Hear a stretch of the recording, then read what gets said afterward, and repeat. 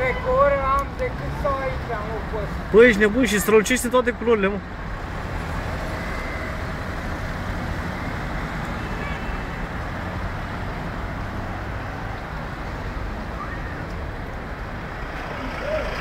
Aha.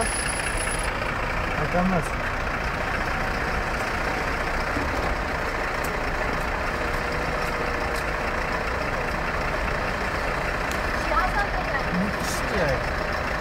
Bă, bar n-am ce, dar e mișto.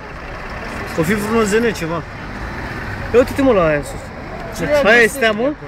Aia e stea? Nu este. Uite mă sus pe cer, idiotule. Mă uit, mă.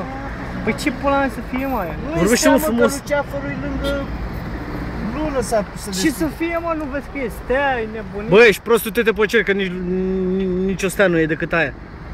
Păi aia e. Pe o singură stea ești prost. Luceafărul n-are cum să fie. Hă? Nu fie aia. Nu știu, mă. Tu n-ai zoom pe al tău? Ba da. Ia-te mă zoom la aia.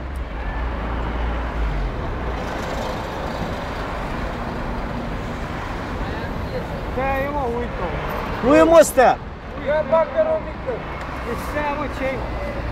Bă, de unde vrei să dai imaginea? La La TV.